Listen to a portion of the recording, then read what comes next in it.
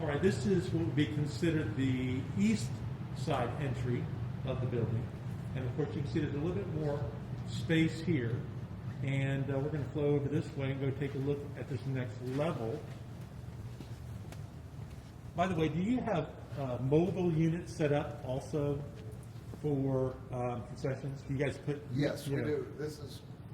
We primarily have it on the first level that we saw before is not really used for concessions anymore. They put a mobile unit here and one up on 4 or 5 because it's easier for people to not congregate. So And we're talking about getting proximity being an important part of it. Now, I remember taking a look at this beautiful chandelier here that seems to go up, what, 5 stories? 5 stories. It is a 5-story chandelier. Tell us a little bit about the history of this. Years ago, they decided that we needed some type of iconic feature of the hall. It was sort of bland. So someone actually, and I have to look because I don't really know, Max and Una Lilly decided that we needed a chandelier. So they gave money to put the chandelier in. And it's one of the things that you notice about the hall.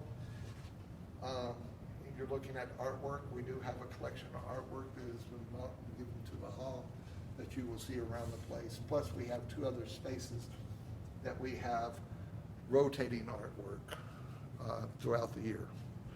The chandelier is, we have lots of, we talked about some of the gifts that were given have gone towards naming rights of the stairway, the grand piano, the mixing board.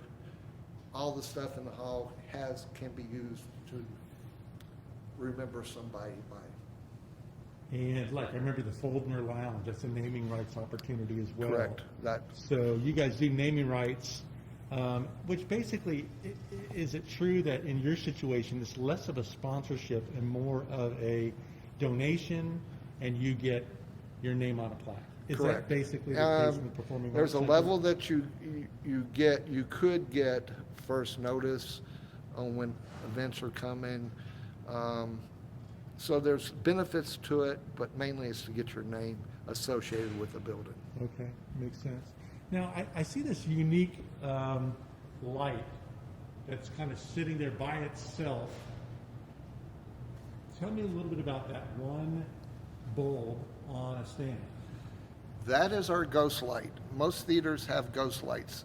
Usually a theater is dark on Monday, which means there's nothing going on and the stage is completely dark. Superstitious people that we are, you leave a ghost light out to keep the ghosts from inhabiting the building during your day off. Also, there's another idea that the ghosts then use it to perform plays, since most of them are associated with the theater. Ours out front is usually it's on stage, but because we're dark, meaning that we're not doing shows right now, and people are not very happy about that. They want to get back into the theater, which I don't blame them. I want to do shows.